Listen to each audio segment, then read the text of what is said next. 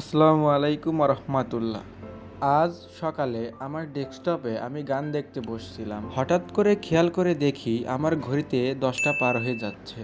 আমি তাড়াতাড়ি করে আমার ব্যাগটা হাতে নিয়ে বই গোছাতে শুরু করলাম। বই গোছাতে গোছাতে আমি ভুলেই গেছিলাম যে আমার ক্যালকুলেটর এবং জ্যামিতি বক্স নেওয়া হয়নি।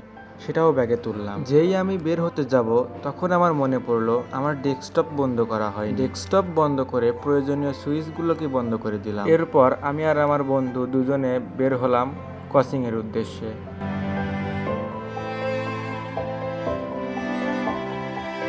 কিছুক্ষণ হাঁটার পরে আমার চোখে পড়লো একটা ট্রাক। যেই রাস্তায় ভ্যান চালানোই কষ্টকর সেই রাস্তায় ঢুকেছে আজকে ট্রাক।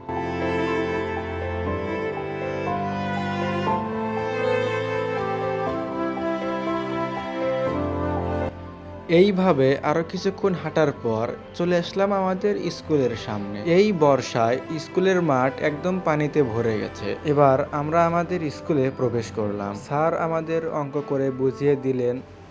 তো আমাদের কোচিং করা শেষ। এবারের মতো বিদায় নিচ্ছি। ধন্যবাদ।